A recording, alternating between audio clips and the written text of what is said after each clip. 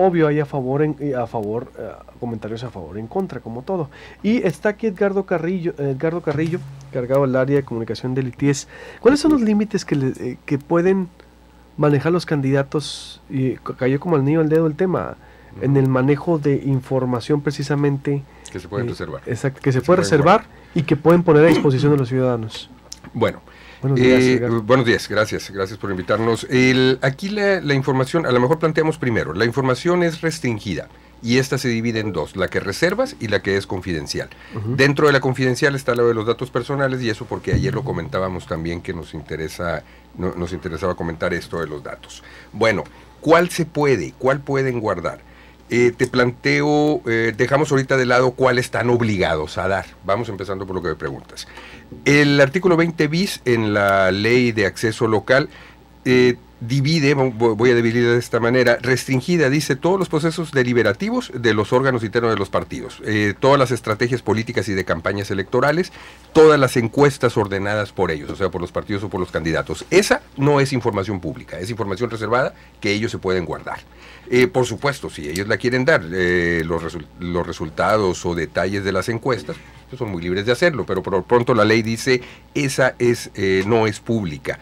Ahora, ¿cuál es confidencial según este artículo 20 bis, que tendría que ver con los datos personales? Dice, todas las actividades de naturaleza privada, personal o familiar de sus afiliados, se refiere a los partidos políticos, de los dirigentes, precandidatos y candidatos a cargos de elección popular, salvo los contenidos en los directorios y en las listas de candidatos y precandidatos. Termina este artículo con algo que a mí se me hace muy importante y creo que es el centro de toda esta cuestión. Pero solo conteniendo el nombre completo y otros datos personales que autorice el interesado.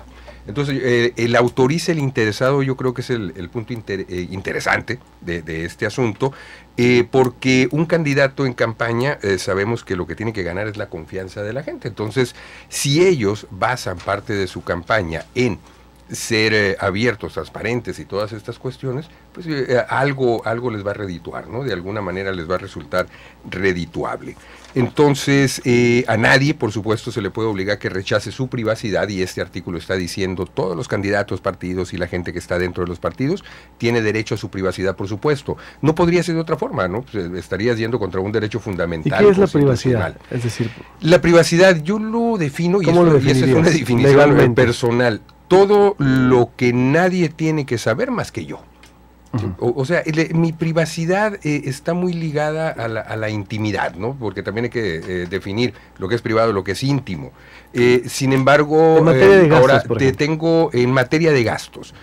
Es que no entraría dentro de lo que es información privada, entraría dentro de lo que es información reservada. O sea, la restringes. La información reservada es aquella que por un tiempo determinado y por un motivo específico, y demostradas ambas cosas, tú decides guardarla.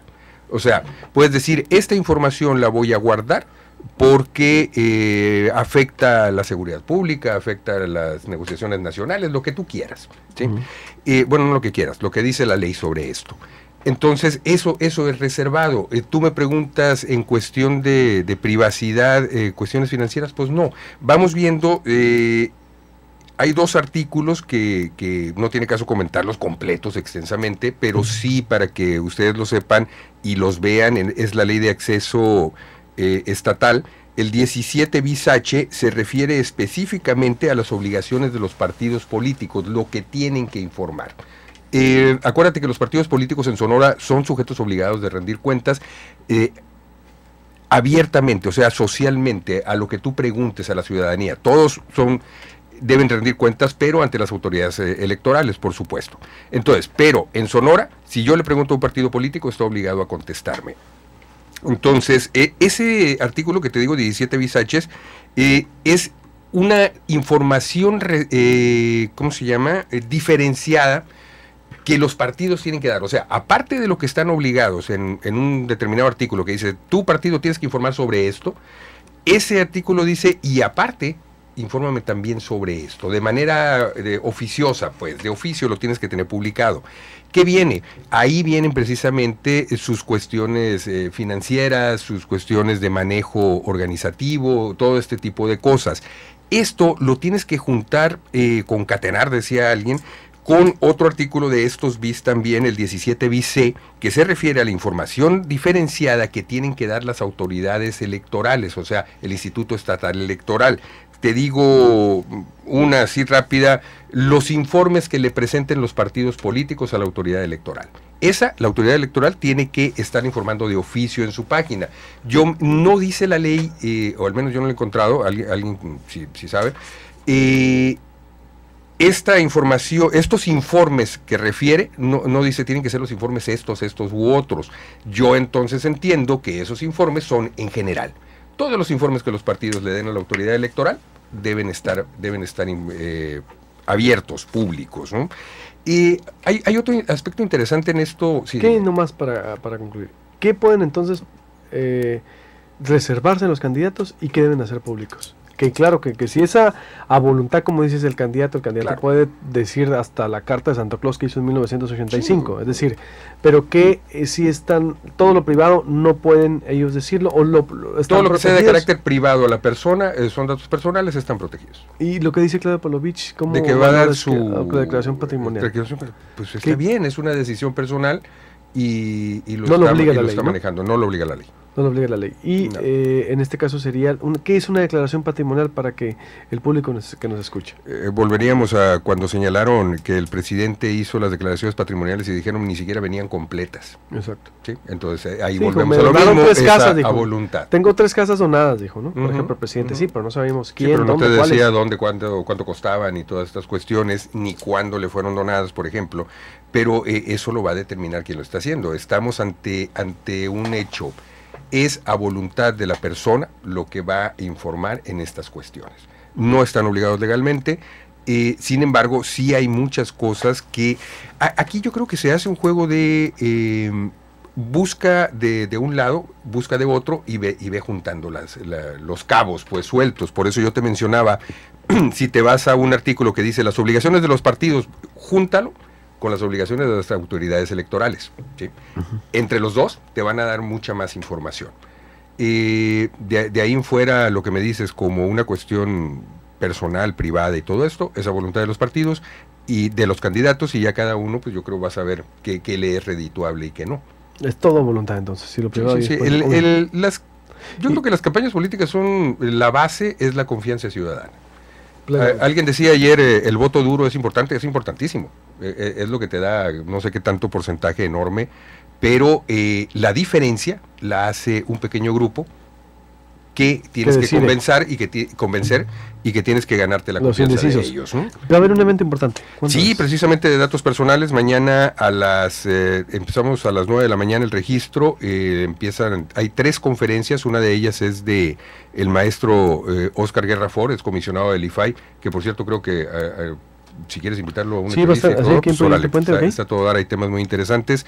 Entonces él trae una conferencia, importancia de datos personales en el entorno digital. Yo creo que esto les va a interesar mucho, sobre todo a los jóvenes, a todo mundo. A todos nos interesan los datos. Los datos personales ahorita son tan importantes que estamos hablando, identificamos nosotros en cuestiones de mercados, de comercio. Tienes que, por ejemplo, las empresas proteger los datos, pero al mismo tiempo no se pueden proteger de tal manera que obstruyan el libre flujo de la información, porque la economía se mueve a partir de información. Entonces, los datos personales se han convertido en algo que va a ser fundamental en el futuro, sobre todo, para economía, política, sociedad. Entonces sí se me hace interesante echarnos una vuelta a estas conferencias. ¿Dónde va a ser? Es en el Centro de las Artes, el Centro de las Artes aquí en la Universidad de Sonora. Por supuesto, como siempre, todos los eventos del instituto son entradas libres. Es el Día Internacional de la Protección de Datos Personales. Entonces está el maestro Guerra Ford con esta conferencia, está Víctor Peña, investigador del Colegio de Sonora, con también una conferencia más orientada quizá al público joven. Y luego cerramos con lo que tenemos como una conferencia didáctica que produce el instituto, que es igual datos personales, pero dados de una manera, la información de una manera un poquito más amena. Muy bien. Sin que diga que los otros no son amenos. Entonces, ¿a partir de qué horas? 10 de la mañana empiezan las conferencias, pero tú puedes llegar antes de registrarte y a ver todas todos los guégueres que ponemos por ahí. Va a estar suave. Mañana en el Centro de las Artes lo organiza el Instituto de Transparencia Informativa. Sí, después vamos a tener una rueda de prensa con el maestro Guerra Ford. A lo mejor ahí hay que preguntarle también sobre los datos personales, partidos políticos. De seguro él va a tener mejor información todavía. Aquí lo vamos a traer. Perfecto. Gracias, Edgardo. Gracias a ti. Organiza el ITIES y mañana pues le daremos también el espacio al comisionado Lifay. Volvemos. Escuchas Proyecto Puente por Stereo 100. Visite Hotel San Sebastián.